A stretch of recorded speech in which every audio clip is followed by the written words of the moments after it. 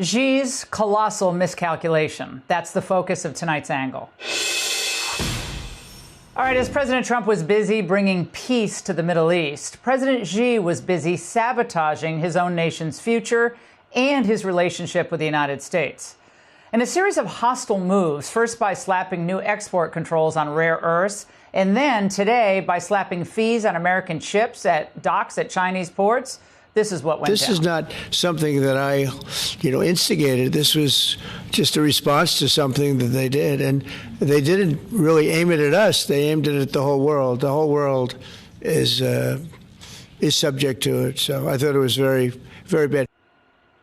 Well, that's an understatement. But before what was supposed to be a pivotal meeting between Trump and Xi in Korea, the Chinese tried to use the art of the deal, but they must have gotten a bad translation of the book because they underestimated and insulted Donald Trump.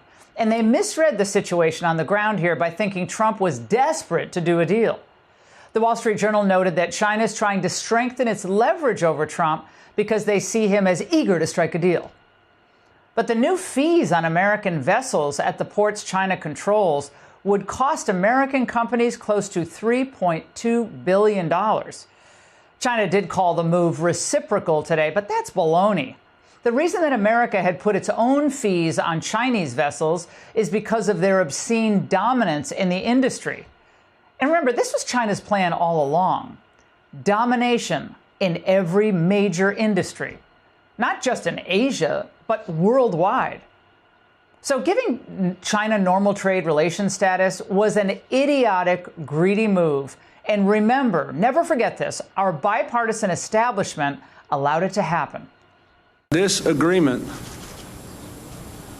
exchanges membership rights for China in the WTO for economic opportunities for America in China, for American businesses and American workers. Economically, the case is clear and compelling. Yeah. And he said it would somehow benefit our national security as well.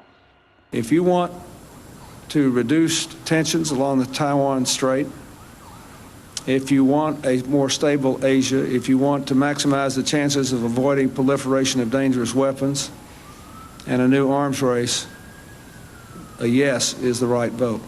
Oh, my God. It is so stupid. How did that all work out?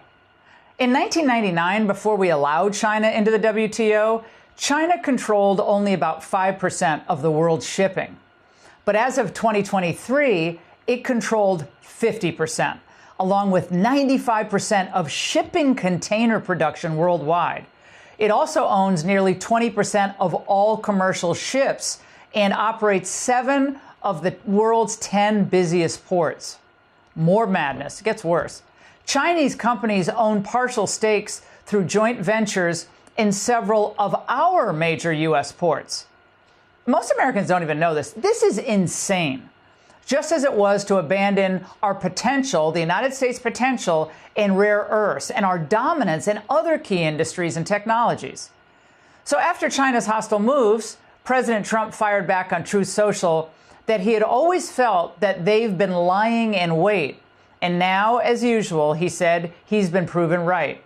There is no way that China should be allowed to hold the world captive, but that seems to have been their plan for quite some time, starting with the magnets and other elements that have been quietly amassed into somewhat of a monopoly position, a rather sinister and hostile move, to say the least.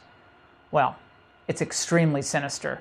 And businessmen in China are starting to disappear, we're learning. A very disturbing piece this week in The Economist documented the abuses. And it's not shocking when you read this piece that the suicide rate among business people there is rising. So why should we do business with this government? They'd do that to our businessmen too, by the way, if they could. They'd do it to all of us. Our only hope of turning this around is with President Trump. He's trying to dig America out of a massive trade deficit by reindustrializing the United States, by reshoring American manufacturing, and restoring jobs lost to offshoring. Now, he knows that we need to remove the Damocles sword that China has hanging over our heads with rare earths and with magnets.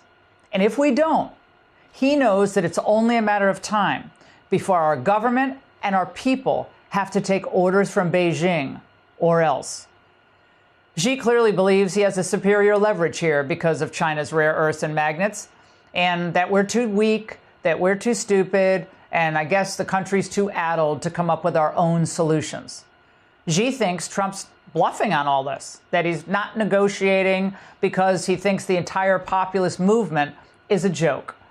But Xi is badly mistaken here, and he underestimates MAGA.